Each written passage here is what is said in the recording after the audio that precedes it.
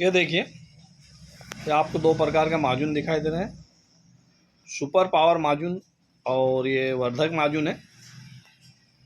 ये मुकम्मल आपका टाइमिंग का इलाज है।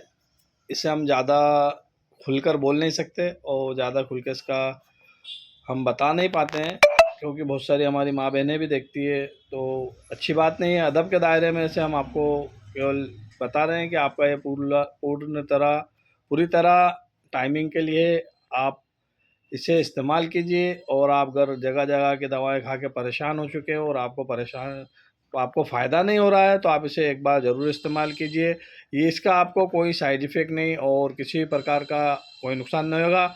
ये हमारे व्हाट्सअप नंबर दिए हुए हैं ऊपर, आप चाहो तो हमसे मंगवा सकते हो, या आप आपके क्षेत्र में भी इसे ढूंढ सकते हो, आपके क्षेत्र में मिल जाएगा। आप उसे वहीं से लेकर भी इस्तेमाल कर सकते हो। इसे रोज़ाना सुबह शाम आधा आधा चम्मच खाना है।